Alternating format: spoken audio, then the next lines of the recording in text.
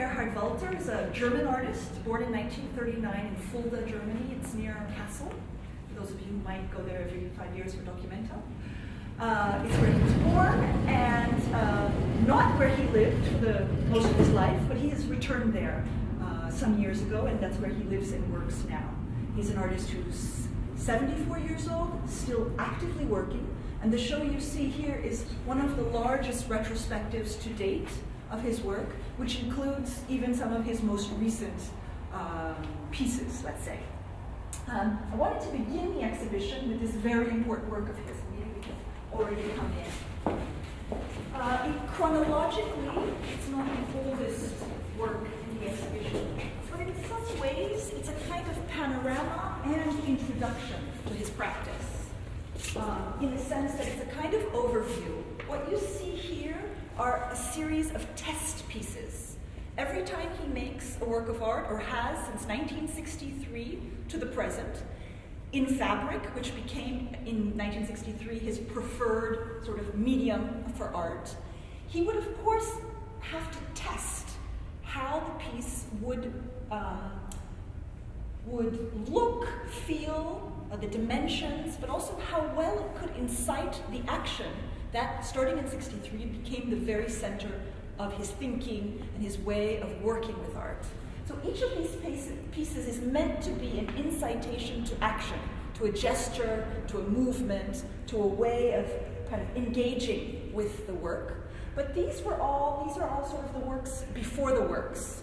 None of these individually does he consider an artwork, but together, starting in the mid-2000s, he realized that all these pieces that he had been keeping from 1969 to the present, and indeed you have this khaki-colored corner that's standing upright, that's from 1969, and in the back middle you see two gray floppy forms. Those are from a piece that he tried to make in 2013.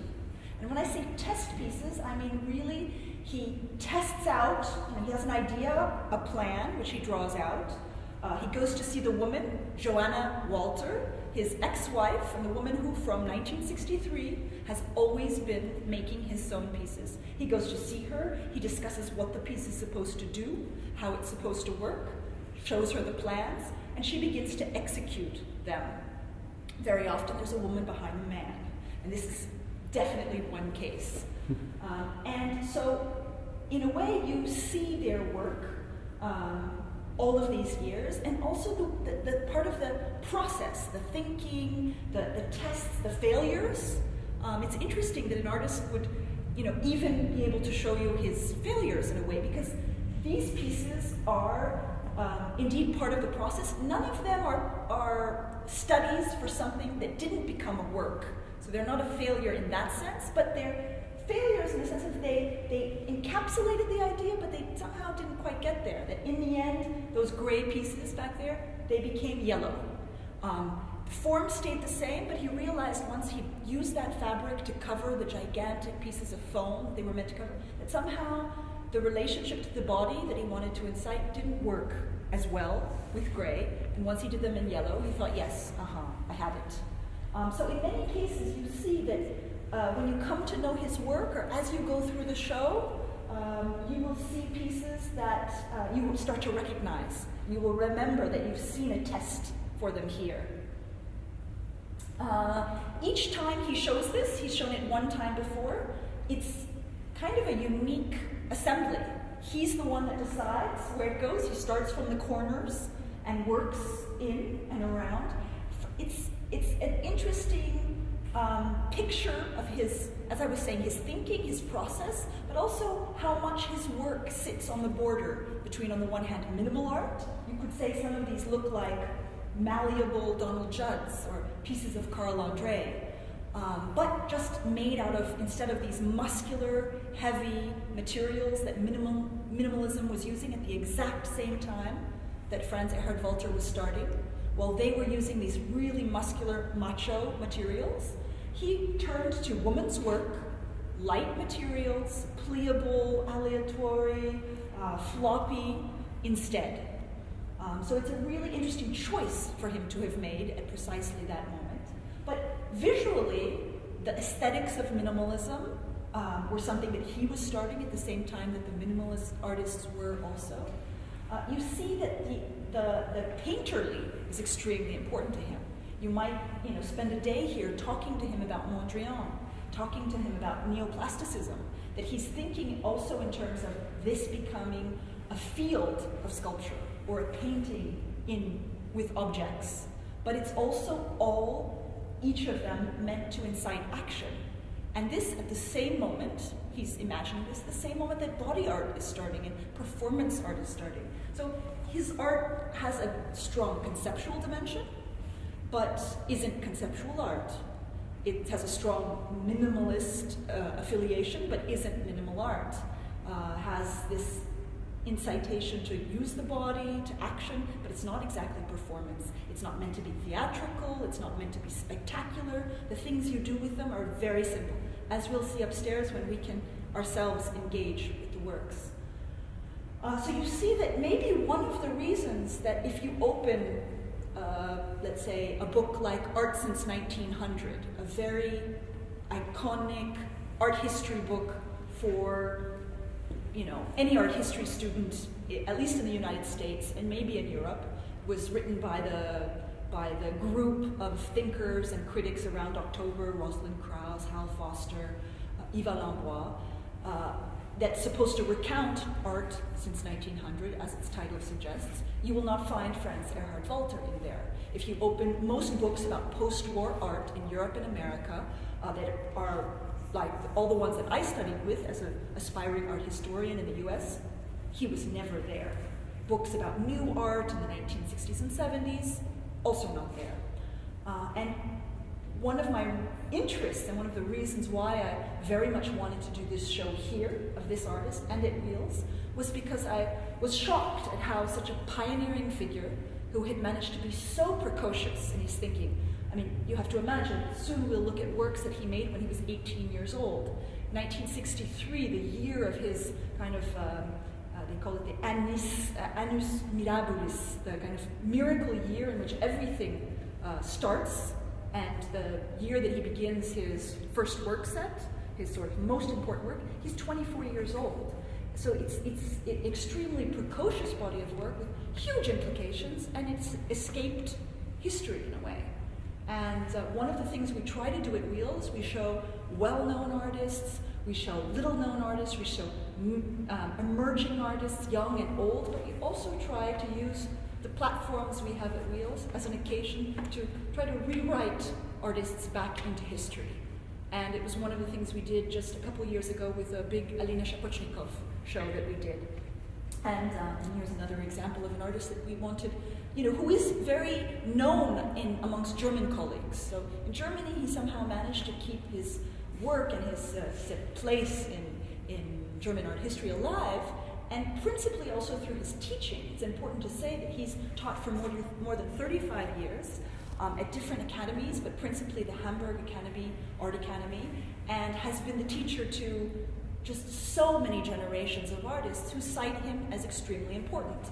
And their names are like Martin Kippenberger and Rebecca Horn, Jonathan Meze, John Bach, Peter Piller, Christian Jankowski, Santiago Sierra. So they're very different in approach, but they've all said that this work sort of opened up their eyes to the possibility that art could be something else than just a painting on the wall that you contemplate, or a sculpture in the space that you walk around. For now, we will walk around it, but the implications of what it wants to do are other. Follow me. And don't hesitate to ask questions. Contradiction.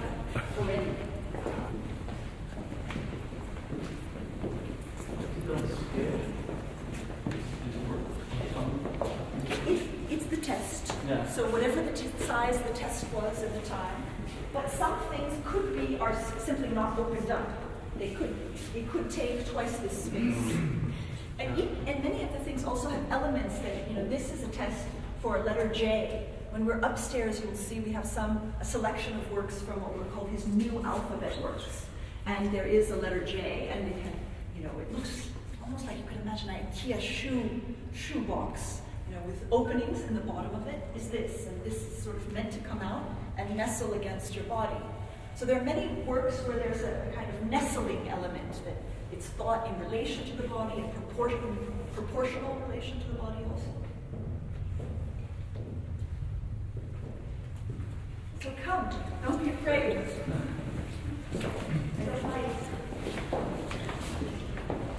Are you afraid? Amazing.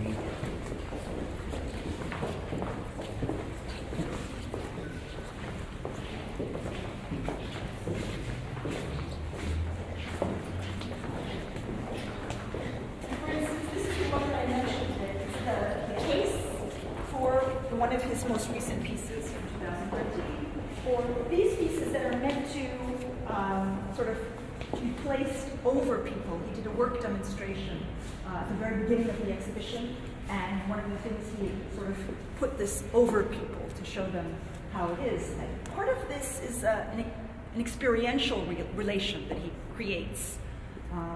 It's not that, huge gestural things happen with his pieces. Sometimes it's just about positioning it against your body, or walking with it, or giving it from one person to another. They're very simple gestures. And in fact, when I was looking at sort of the history of the kind of 1963 to 1969, the main years in which he's really developing his thinking about his practice, and I was saying, I looked at minimal art and I found all the things that it shared with minimal art, but all the ways in which it went in a different direction, with conceptual art as well, with body and performance art as well. But one of the things that I found that his work might paradoxically come closest to is what Yvonne Rainer and Steve Paxton and people around the Judson Dance School were kind of Judson Dance Church, the Judson Church, were doing with these task-like gestures and these simple movements. And it's right about the same time that they're both thinking in this way. So I had this dream of kind of bringing Franz Erhard Welter and Yvonne Rainer together at Wheels to talk about their work, or to do an interview for the catalog, and it just didn't quite work out because Yvonne Rainer is preparing a big show at the Tate. But they have met before and talked about this sort of connection between the work that they're developing at the same time. But let me bring you into this room, which sort of, once I had introduced you to this kind of panorama of Franz Erhard Welter, I wanted to bring people back to the foundations. And that's a bit what this room is about.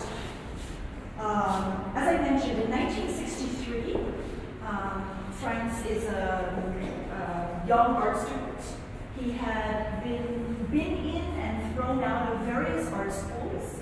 One of the art schools he was thrown out of was the Frankfurt Segelschule, today considered one of the most avant-garde and advanced art academies in Europe. But actually he was thrown out, and he was thrown out because his professors felt that these works, which were made in 1957 and 58, so he's 18, 19 years old, that they were typographic studies, but not works of art. And today, if you see Ed Boucher's word works, you would see that already Franz Erhard Welter was onto something. And for him, they were not at all typographic studies, even if he himself designed the typography in each case. But the relationship between the typeface he would use, the color he would use, the background, the style, was all about how you take a word and create a set of projections for people. And in a very simple way. And you can see already sort of the grain or the seeds for his practice are already set up there. The fact that for Africa, he thought giraffes, tutsis, palm trees, tall. He wanted a lettering that reflected that, or the brown of the dry earth. In each case there were a set of reflections, like the kind of velvet red heavy curtains of the theater. And he wanted to just test out through these works how, through a word, a simple word, an undramatic presentation, you could get the mind of the visitor to project something. And it took some years, until 1863, the moment when he happens to be with Joanna Welter, not yet married to her yet, but goes to a tailor shop, it's her parents' tailor shops, as it happens, and he sees this strange form that's used to put inside sleeves, to press sleeves once they had been made or fixed. And he has this aha moment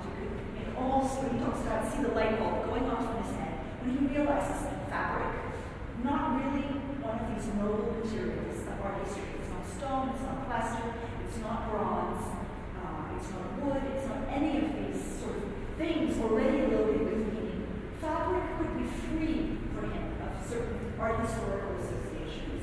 And this form, this strange form, it seemed to already invite you to do something with it. And from there, that moment, March 1963, is the very moment that his work sort of does a twist, basculement, as they would say in French. That work, for instance, the black work on the walls from March 1963, this work as well, he starts to make these forms called body shapes are meant to pound against and nestle against the body. In these same, kind of what must have been heady months, he starts making works like this frame,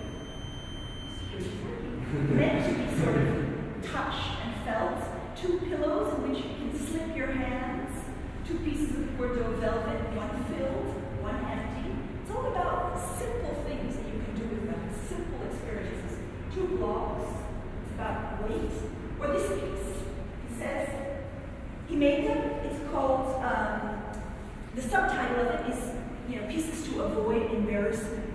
He said sometimes when you're having a conversation between 2 people, there can be an awkward moment, kind of silence, and it's good to have something in your hands to do something, like I have here. Today with mobile phones, another period it was really cool to just have a cigarette. He invented 2 pieces that people could hold to sort of avoid embarrassment. So they were really simple things he was making, but with this idea that in artwork wasn't going to be a static, stable, fixed object in space, only to be contemplated, but something that was supposed to make you have a different relationship to your body, relationship to others, sometimes incite a sort of community building, as we'll see more in the works that we'll experience upstairs. You see behind you a whole series of pages he made as a maquette for a book that he wanted to make. The book actually he wanted to make in the 80s, so that's from when the drawings date, 1980 in fact, but it's his way of recounting his own history. And that was one of the reasons I wanted to bring it in here. You see many of his early pieces here, many that he have, but you see the way he, as he says, he didn't trust photography. So he wanted, all throughout his process in his life, he was always drawing images of how his works looked in space, how one could act with them.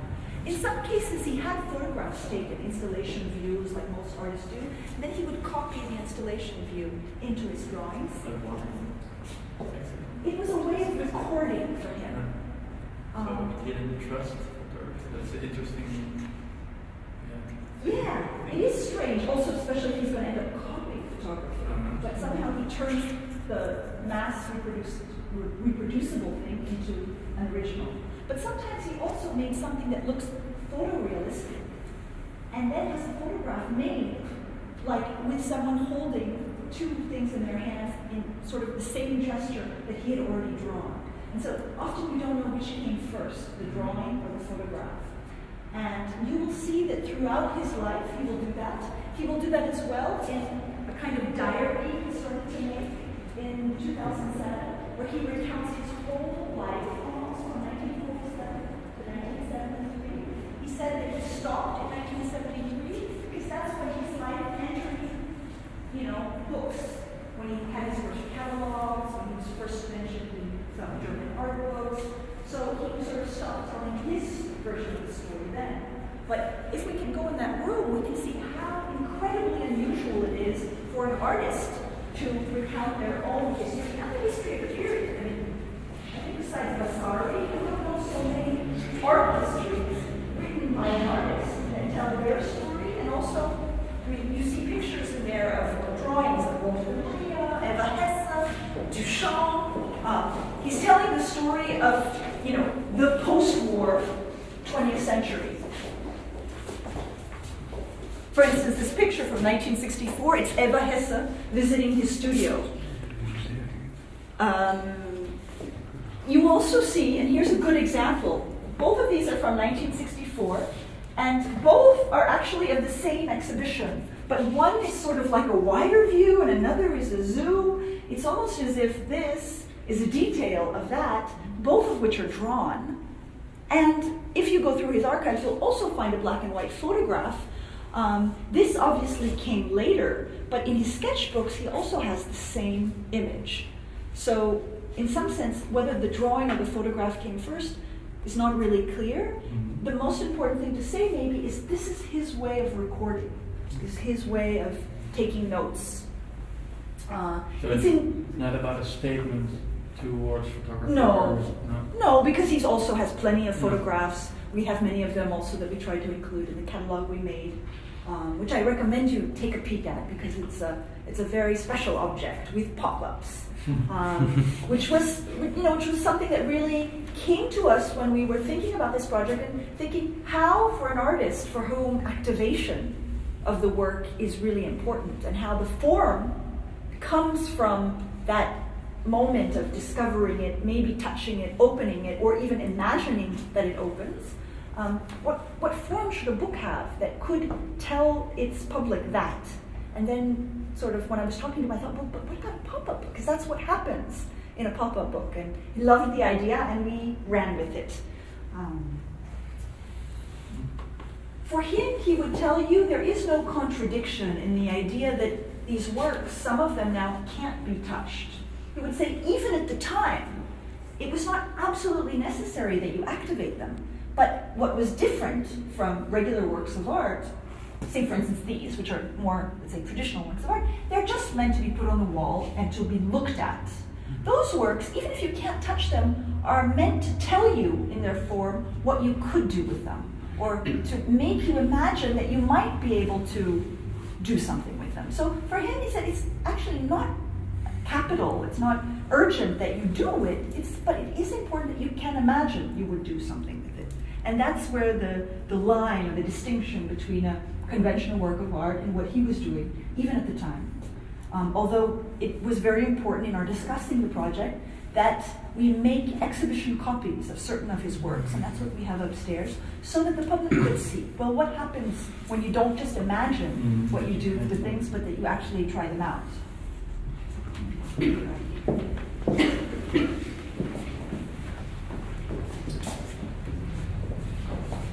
Various early works from 1962 and 1963, where you see he's really grappling space, the relationship of simple materials, like in this case on the wall. Each of these work, or each of these elements of the work, are two thick pieces of drawing paper, around the corners of which he's put kind of glue paste, leaving just a very small hole in which he stuck a straw and blew in air to create a kind of small puffed enclosure in which each case the viewer might imagine that they see something, a face of God, Africa, a continent, whatever it is you think you see in there. You see already in 1962, he hasn't yet discovered his fabric or his action pieces, but already he's there in this idea that he wants to make works where it's the visitor or the viewer that's completing them, making them in a way. But in a sense, it's always referring to something. You can never prove. But and I said with this as well, because you see it's creating its own universe. You can see it actually, like with this as well. It's like the feeling, it's referring to something else, to another work that you cannot see.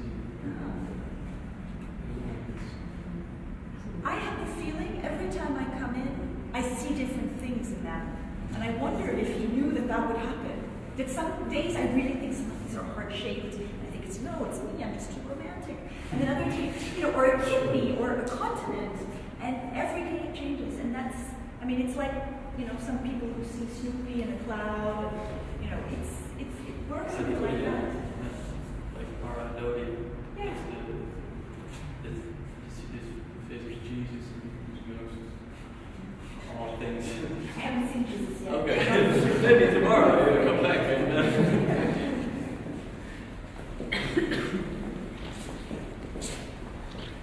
For instance, here you see on the video an action that France performed in 1962. And then 10 years later he went, when he was invited by Gary Shue, who was at that time organizing a kind of gallery on television. He was invited to redo this performance for television. So what you're seeing is something that you would have seen on German television. with an earlier Franz Erhard Wolter performance. But when you look at it, you might think of Richard Serra's Hand-Catching Lead, or some of these iconic, in some cases late 60s, minimal art, conceptual art films. And you see how much in their look, in their aesthetics, Franz is right there with them. And indeed, when he was living in New York from 67 to 73, the list of characters that were hanging out in his studio, activating his works, go from Walter de Maria, Donald Judd, to Paul Thek, James Lee Beyer, Richard Artschneider, everybody, Carl Andre, everyone was there. I'm sure you know more. Remember the catalog. There's a long and super interesting list. Everyone else who sort of made it in the canons of art history. And it's interesting, a story that he tells is that when these works were in his studio and being activated, the only person that refused to activate them was Donald Judd. He thought they're beautiful, he wanted to look, but no, he was not in for this. It's interesting also to think of the great collectors of minimal and conceptual art. One can think of Count Pansa, this kind of famous collector of minimal and conceptual art. Even local heroes like Anton Herbert, who was a big collector and supporter of these works, who collected all those gods, but somehow the works of Franz Erhard Wolter didn't enter their collection. And when I asked Franz about this, why do you think that happened? He said it was the activation. Everybody liked the way it looked, but it was the activation that kind of stuck in people's throats. That you could do something with it, and the way it looked could change. That there was no ultimate perfect form, because it was sort of changing over time. It could be floppy, it could be more erect, platonic kind of geometry could be undone by the fact that it was being touched and moved and activated. And maybe these are all reasons that somehow he escaped history a little bit. And so, we're hoping that this brings him back a little bit. The story we saw continues. Here is Niche. Maybe I'm going quite long and not getting enough questions.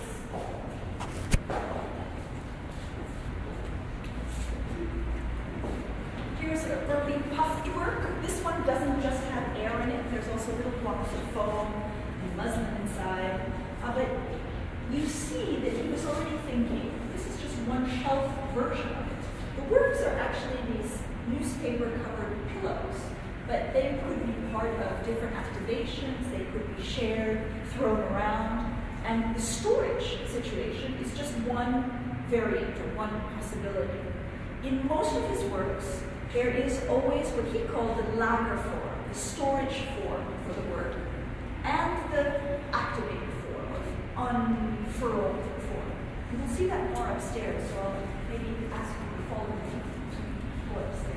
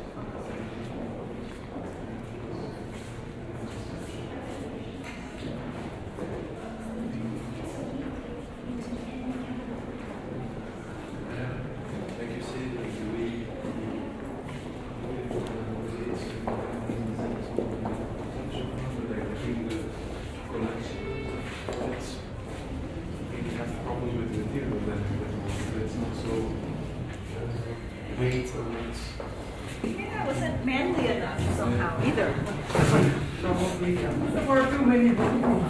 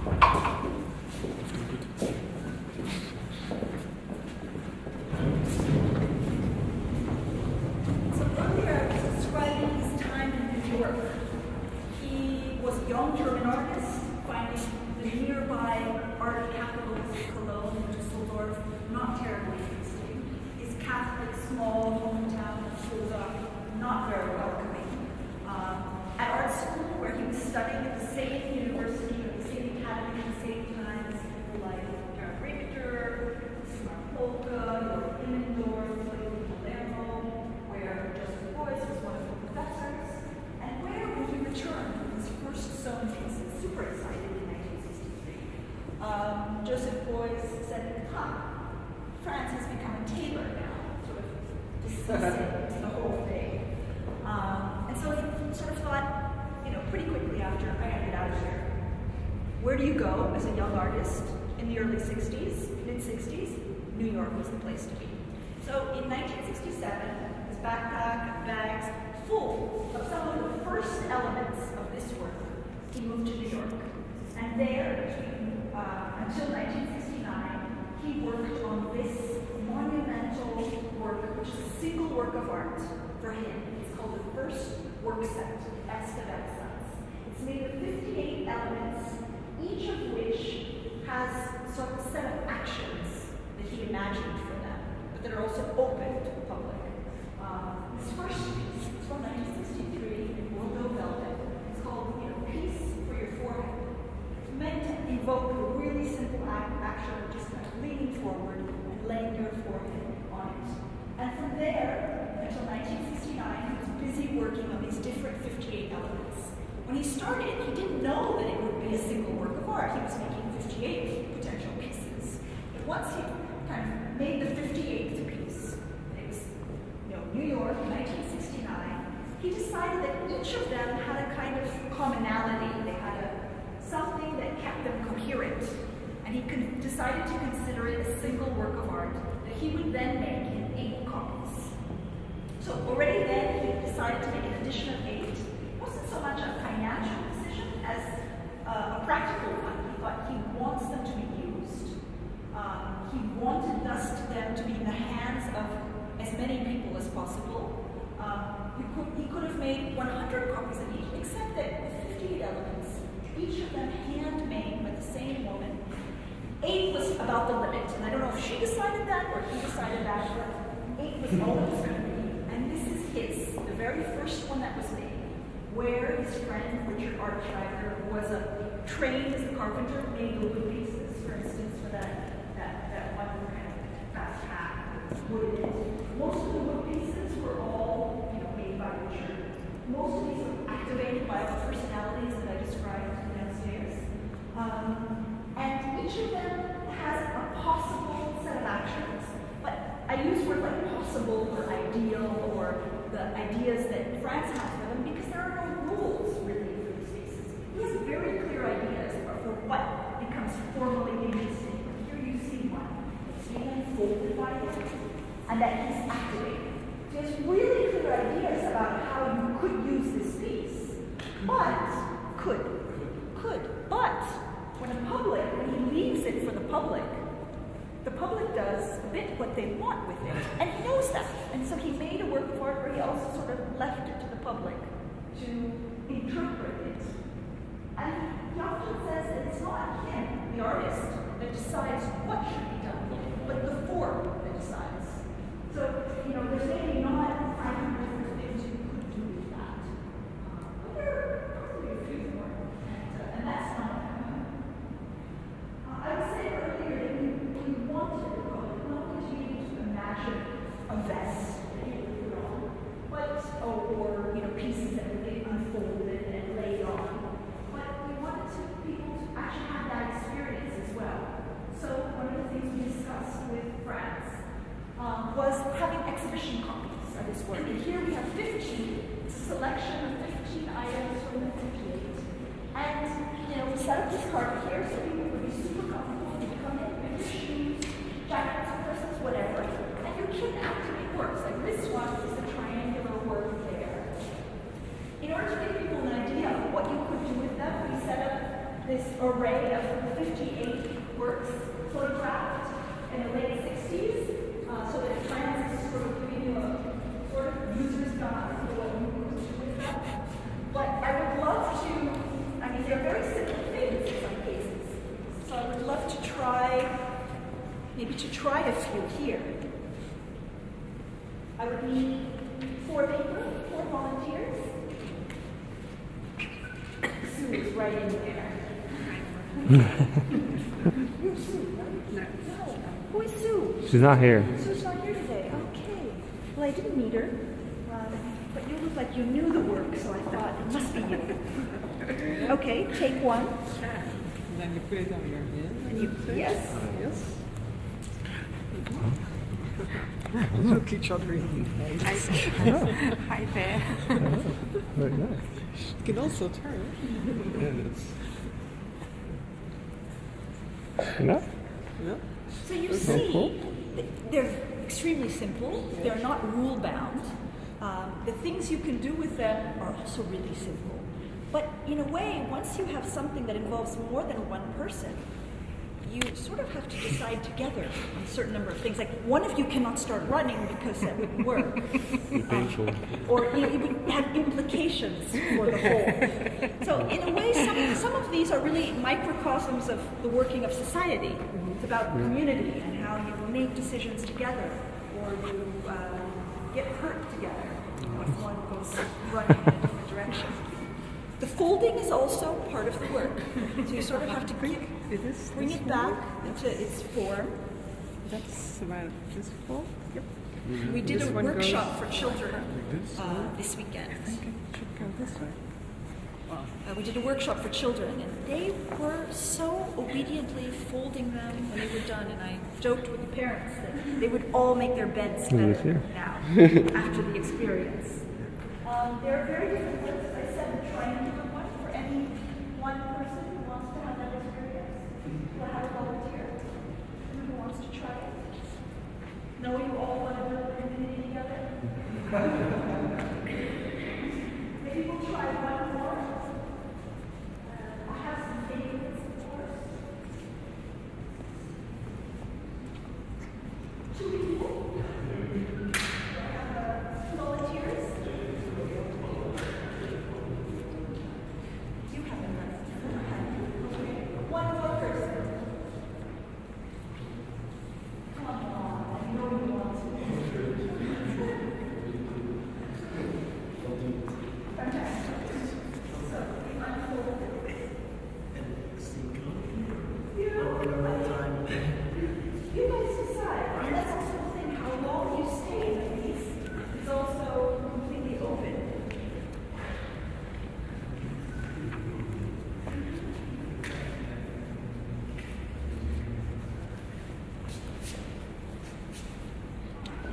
So it's a piece and then you pick it up and it goes over each of your heads. It's called sight channel. Picture of it.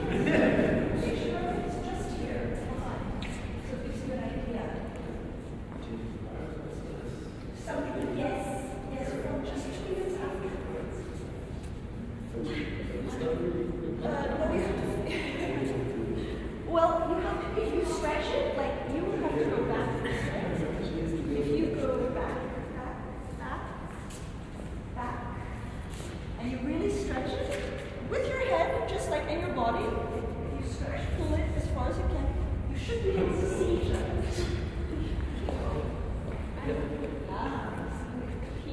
And you have to trust each other, of course, because you're both leaning against the piece of fabric. So this idea of community, trust, vision, like sharing experiences, is some of the things that certain pieces. This one you can also just leave on your face, and we'll have it there for the next group of members tomorrow.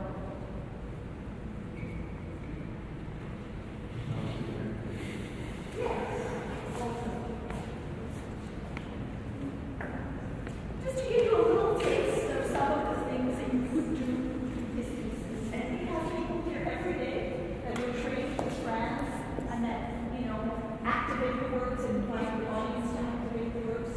We've brought friends back. He's done 3 work demonstrations, 4 work demonstrations now.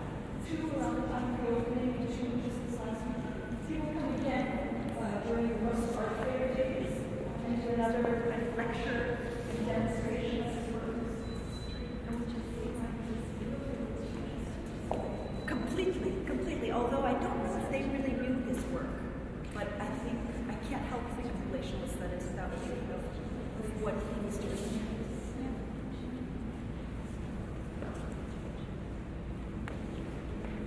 So the works I've shown you until now are mostly from the 60s. Once you cross over to the second half of the space, we really come into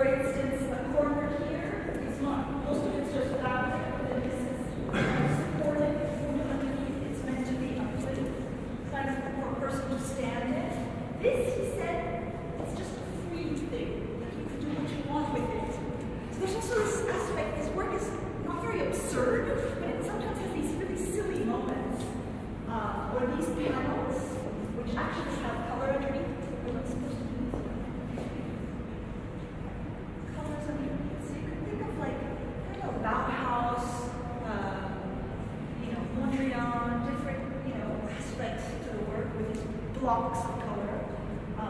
And this thing that sort of can be unfolded and become tent-like. But he also made, exactly in this period, this is one of his very first wall formations. I think it's the second that he's made. You start to see, I wanted an early one so you can see the process that he goes into in this architectural scale work. But even something like this, as simple as 2 cavities made of fabric, on the side. I invite you to go inside. Maybe 2 people go inside and talk to each other. It's an incredible and strange experience. Hi. Go ahead, don't be shy. Hello. Hello. How do you sound? It does echo. It does sound funny. Somebody else might try. So it's a physical but also an auditive experience. People outside can't hear so much what you're saying, and you two could listen to each other and hear it so clearly.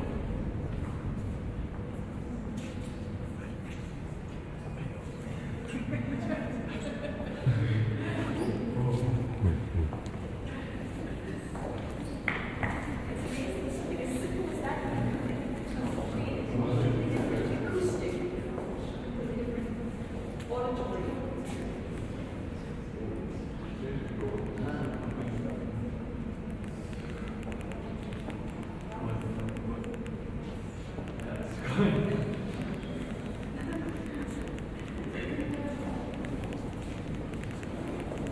Or this piece from the early 70s, meant to be worn over the heads and over the eyes of 3 people, and then pegged into the ground with a certain length of rope. It's kind of a form of land art and like performing with nature, but well before these massive land art projects and very strange ones. Some people have looked and said, well, is there some connection? Not at all. Not at all. Upstairs, there was one picture.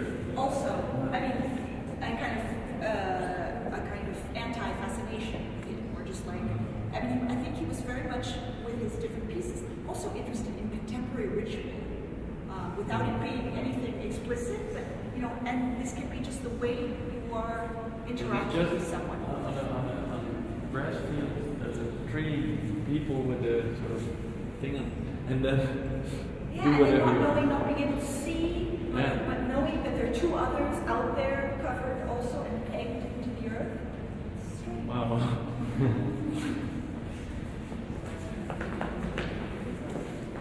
Yeah, you can see that. This comes from the German culture of camping.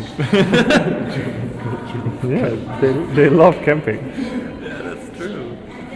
But also the colors of tents and pieces of. Ordinarily heavy, it's like 50 kilos of metal plates that were first in these bags that you see on the wall.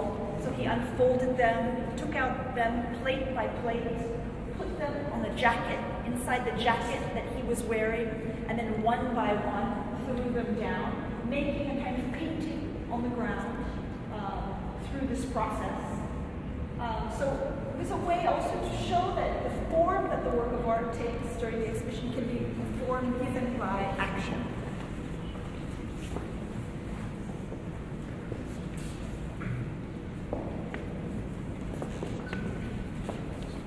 Franz Erhard Walter is an extremely prolific artist. He did a whole series of works on the alphabet. This was work made in the 90s, from 1990 to 1996. In a way, in the show, it reveals his return to language. Even in the beginning of the show, we had Africa, theater, Adam, museum. Here we come back with letters that typography, what made fabric forms, often forms which also have a performative element. For instance, the Z here was activated during the opening. It was 3 bars stacked against the wall with these 2 lines, and he did a kind of series of movements of them, and one by one put them into the Z. Some of the activation of the works, interestingly enough, happens on their own. It happens materially. Right? This G that at the start of the exhibition starts sort of a little more more upright and slowly sort of collapses, or even the top of the M.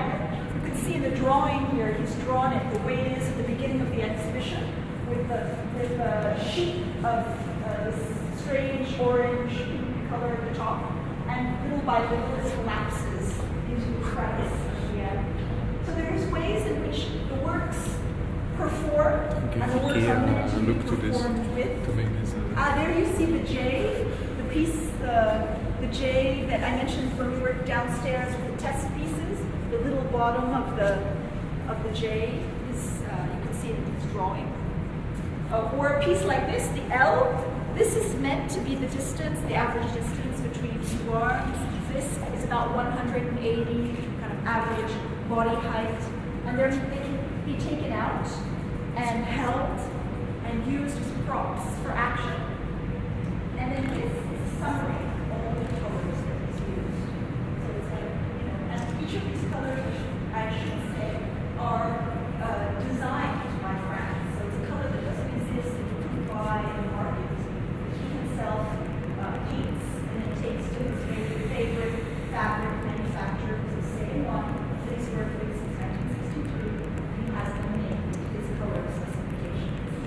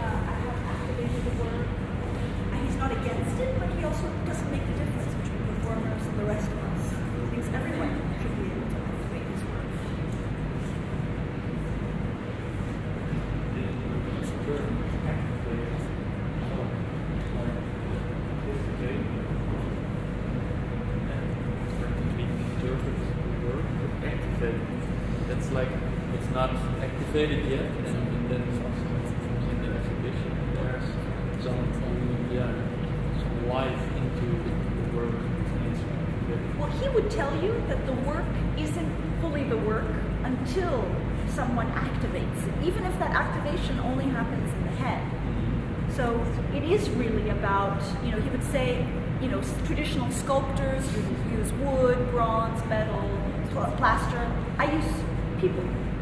They are my medium, and fabric, the materials that he's using, but also people. You are not only the work, but the content.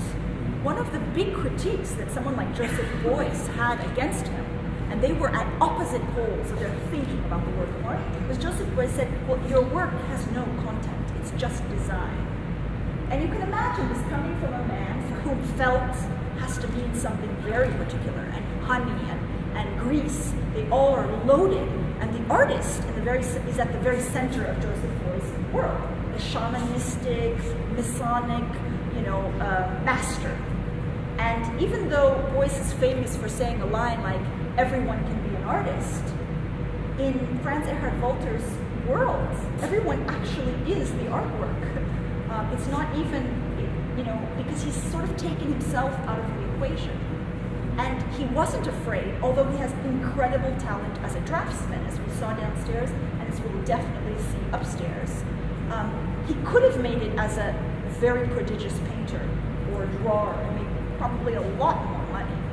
To make simple works made out of fabric took not only a lot of courage, but meant that he wasn't someone without talent that just turned to that because he had no other choice, but that he very specifically wanted to make work like that, and that he wanted to make it in such a way that it was the activation that gave a sense to the work, content, a background, and that it was open, that it could be every time reinterpreted. And maybe if I insist on the word activation, it's maybe because the association of participation is that the work is there and then one participates and just adds something maybe, or that it doesn't need the participant. Where activation, as you rightly point out, really implies that it's not yet maybe the work until it's activated. Sketch, not yet a work of art, but a sketch for once Franz Erhard Walter has made an exhibition. He will go in and measure the last detail, the measurements of every single work, and its distance to every single wall and every corner and every door and every window, and get to a sketch like this. This, in fact, is a sketch for a work that is the piece that we had at the beginning of the second floor, made up of all of the different test pieces. So you see that he's really measuring each little element and all the distances. So this is a kind of work drawing that he makes, something that he, that he works from, to make one of what he calls his exhibition plan drawings, which are extremely precise and take a different form each time. Here we've put some of his in chronological order. He has thousands of these drawings. He started making them in 1962, and he started making them for every single exhibition that he took part in. Solo shows, but also sometimes for group shows that he took part in. He makes a kind of floor plan of the space, places to scale every single one of his works, and we have an example from 1969 when his participation in Attitudes Become Form.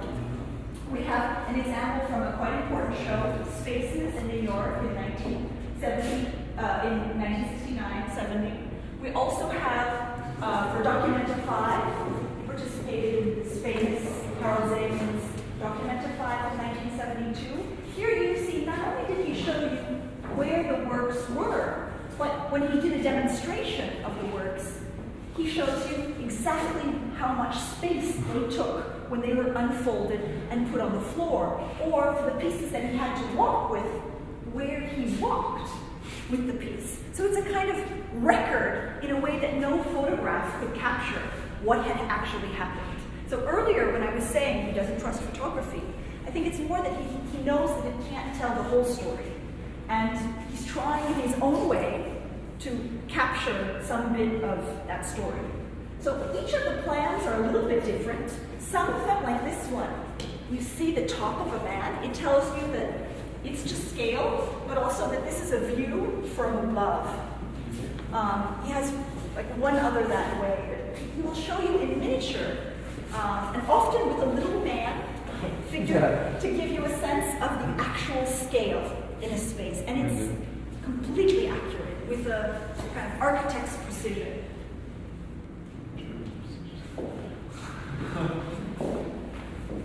This was an exhibition which included a large selection of these wall formations, these wall works.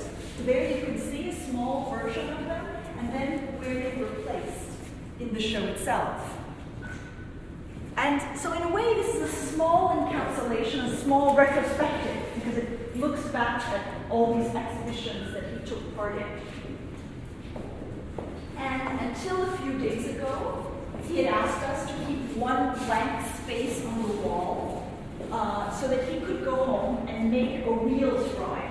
And we've just hung it. So you're the first group to see the Reels drawing, which, each time he makes his plan drawings, he takes a different approach. In this case, he didn't draw miniatures of the work, but he wrote out, their names. In the case of those test pieces, he wrote down each and every single one of their shapes and colors. For instance, this is supposed to represent the room we're in now. So he has the exact dimensions of the room, and then he has the whole list of every exhibition that's represented here, including the Fields exhibition, because by the time he puts this on the wall, it will already be part of the exhibition. So he just made this in just a couple of weeks, and he came here with it in a roll so that we could hang it.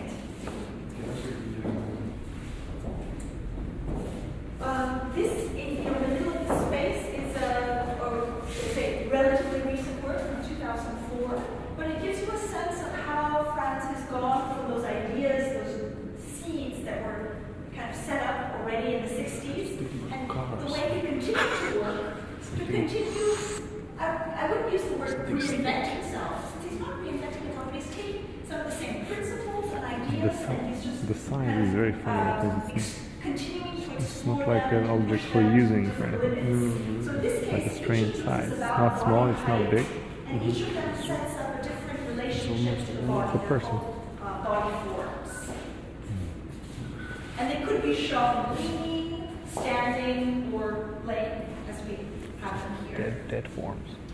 Now this ends my guided visit, but I am open to questions, and I know that some of you asked if I could stay a little bit longer so that we could also have questions, but we could do that maybe downstairs, or maybe the acoustics are a bit better, if you like. I hope you enjoyed discovering Francis' work if you didn't know it already. Thank you.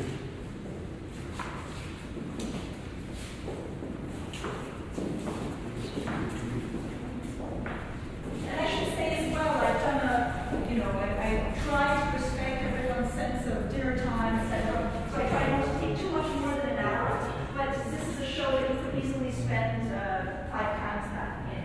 So I invite you with these little keys I've given you to either stay on with or to come back.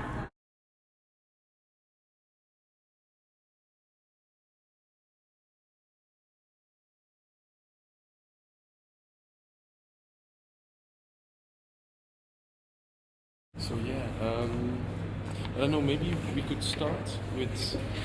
You talked about connections with the several genres, let's say, in art, like minimalism, conceptual art, and then performance art.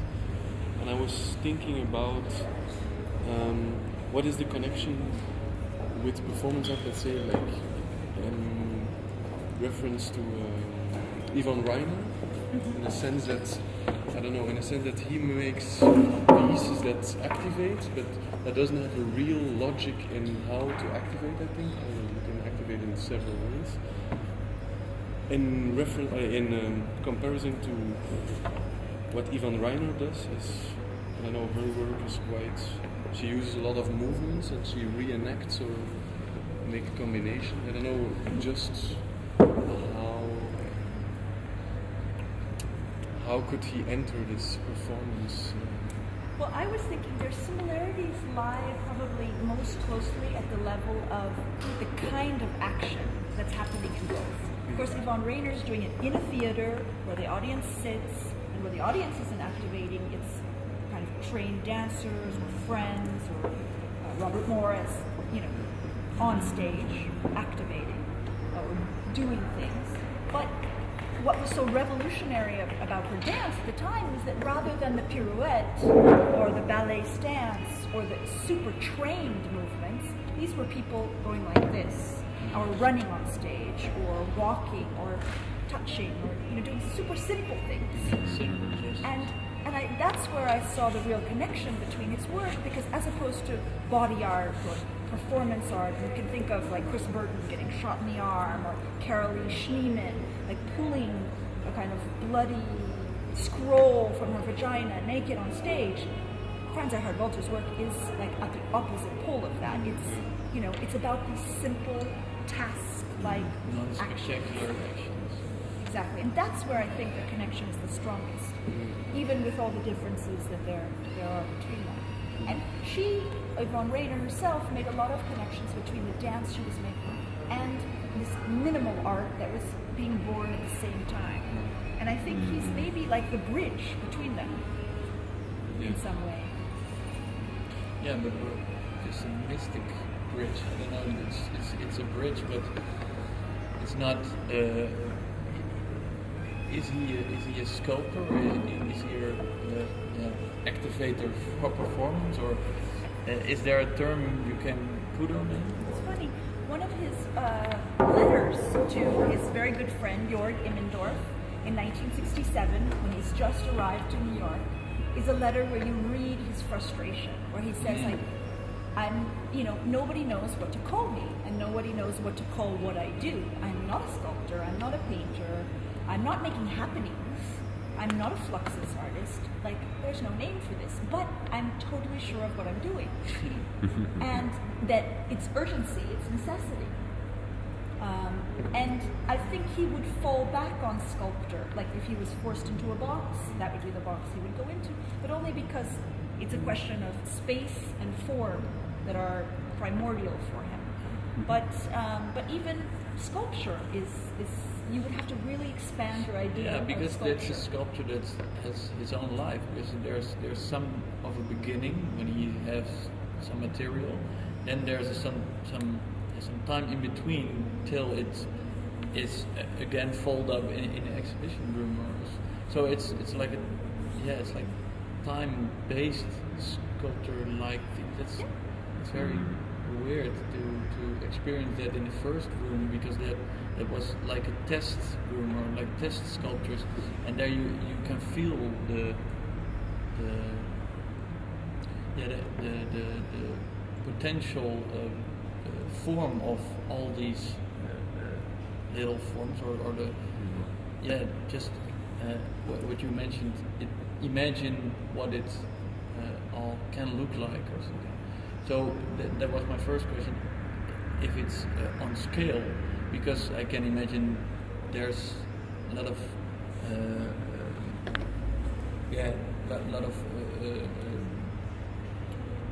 how do you call it?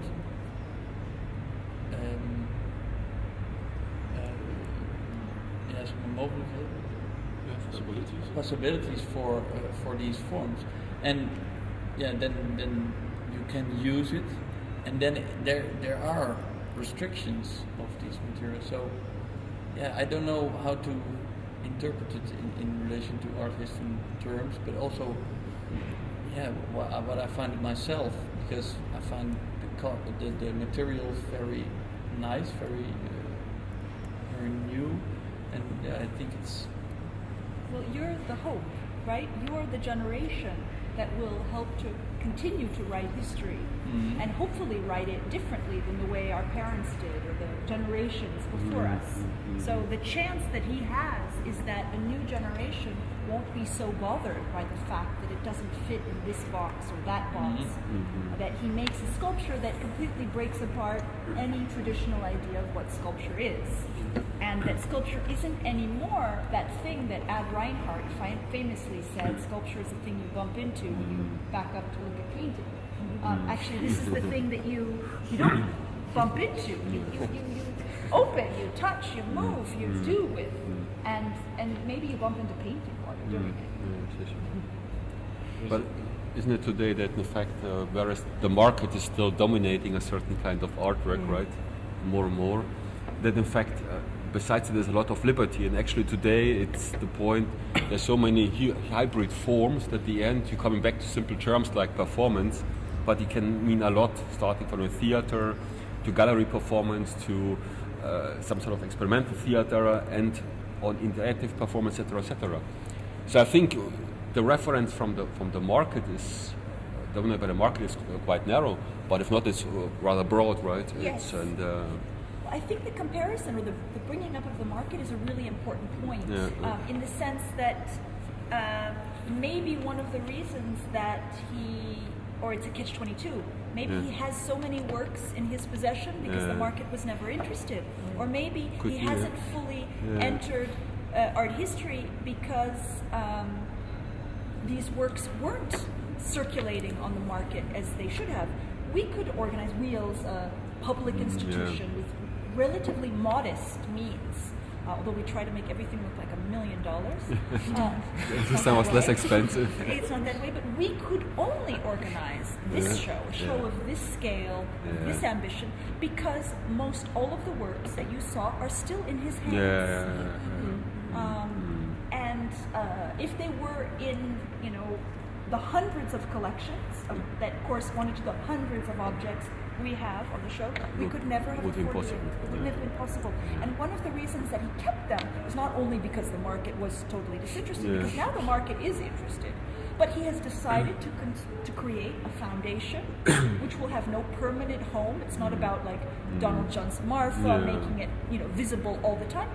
they're in storage, Yeah. but he wants shows like this to be able to happen at institutions that are not necessarily Yeah. the richest and the best funded, but that they could happen in all places. The same openness and generosity that you see in the work also is actually structuring how he's kept the work. And so he has this foundation where his work could be sold for a lot of money, but he's choosing not to live poshly It's so that also- they can be that way. It's also funny that you enter the expo and he directly starts with a test of works and with a pile of works. It's like entering an atelier, and it's entering an atelier of an unknown artist. Let's say, okay, he's not unknown, but that's quite what I like. You directly feel in his approach that that there is something constantly moving in his. And on that, because he presents it like as dead objects, that was from the past. Because you cannot walk around, so you can only think what could be activated. And that I like that he is directly like putting up. Yeah, there is something like you get into a sort of wonderkammer from. Actually, don't see it that way. They're all test pieces, but they're very meticulously ordered and placed in as one piece. So I think it's very hard to see them as test pieces. They form parts of this one big piece. Well, yes, And you with do so have to much make an effort in- abstraction of the whole and try to zoom in. But it's interesting that people can see both things or two different things, and one will see it as one painting. Yeah, one installation. Yeah. And others will see, like, as a detective mission to figure out which was part of what work, when, how. Actually, I do have a question. It says "do not touch" on the floor there, and there's markings. Is that because he asked? Well, we are obliged to have people not touch those pieces, even despite their status as tests. But if we would allow everyone and children to run in there, it would be immediately, both formally and materially, probably quickly destroyed. So it's understood that as a borrowed piece, it should not be touched. But the lines and the words are not his request. And they weren't even there for the opening. They came after watching our experience that actually it was unclear to people, or rather they just got too close to the work and it was endangering it. And because we would love people to access it, but we also want to think of the future beyond my time and want these works to live on, so we had to make a tough call. So all these pieces were borrowed from his foundation? Or also Not all of them, but really maybe 75% of the show was borrowed from his foundation. And how did you make a selection? Because it's probably not all of the... No, he has many, many more pieces in the foundation. Yes, it was a selection. It was about, like every exhibition, subjective, but also about how to tell a story, about what he had done and what were the important pieces, and how, through the selection of pieces, to demonstrate different ideas or threads of his work. Was this test work, let's say, in the first work? Was this the first time he presented it like this? Is this a unique presentation? Yes, every time he presents it, it's a unique presentation. This is always in relation to the space that it's in. The last time he showed it, there were sort of rows, passageways in between, because he presented it as an exhibition that was just that, so in a huge space, and then you could walk in between. In this case, we really talked about making it a field and having you walk around it instead. But by necessity, the next time he will show it, even if he has the exact same square meters, the exact same size space, he would, every time it's different, because you almost can't reproduce it. I mean, I suppose after his drawings, he might be able to go back and do it all, but for him, that's not the point. But for me, it activates also in this test piece, in my mind, like, how did he put it? I mean, I guess from the middle and going up to the Actually, the corners. From the He started corners. from the corners and then worked around that. And what happens when he dies? How will it be? What happens when we all die? No, but I was really wondering about this because he has this specific way of putting all his works. What happens? Are the drawings going to be some kind of key to put it back into the same order? Or I mean, I think it's a question for a very many number of artists, Yeah, but of I think course. the reason you're asking it and the reason it's an interesting point is that here's an artist for whom it's not a Picasso that just goes on a wall or a sculpture that sits on a pedestal. There's all kinds of interpretation in how you show it, whether it's stored, the storage form, whether it's and how it's stored, or whether it's shown activated. And I think that this will be, on the one hand, the responsibility and the choice and the challenge of every curator that comes after. You can, and this was, for instance, some years ago, was the first project I organized for Wheels. I did an exhibition of Felix Gonzalez Torres, and you could say this is an artist from the 90s whose work about, like, you know, a form that doesn't have a form and changes form. You know, I don't know if Felix knew Franz Erhard Walter's work, but perhaps. But is, you know, very much the relational aesthetics or the 90s counterpart to it. And this question was very much my question when I was trying to do a Felix Gonzalez Torres show, because he is dead. Died at 39, too young, and I thought that he should be alive and here so that I can curate with him, but Exactly. I had to make a set of decisions, and then you use what tools you have. And you changed in between, right? There was a modification of the Yes. exhibition. Yeah. Well, that was precisely because I was Yeah. troubled by the fact that every time it could be different, Yeah, but in okay. shows you Yeah. always saw it one way. Yeah. So I had a show that in the middle of the show was taken down, and I asked an artist to rehang it, to make an interpretation of the work differently, to show that it could be two different ways. So maybe a future Franz Erhard Walter curator will decide that that's the right answer. I don't know. How much time was between the typographs on the wall and the pieces in the middle of that same room? 6 years. 6 on 5-6 years, because those were the typographic works for 57, 58, and then he starts making his own works in 63. It's astonishing how he chooses a material and a technique and a form, and he stays. He sticks A with it. material, a technique, and a method rather than a form. So the form changes, but the idea that it's activated, that's what remains kind of singular. It's like that there's a lot of variation in the work, but not really an evolution. It's like it's all set from the beginning, Yes. and then starts variating. I mean, in that sense, it's sort of incredible. crazy to think at age 23, 24, he had it all figured out. The seeds, I don't know anybody like that. yeah, the well that he's going to keep drawing from. Now maybe we can have one more question, and then I probably should go to dinner that I'm a little bit late to. Or No, you should. A last question? No more questions? So No, I think that's fine.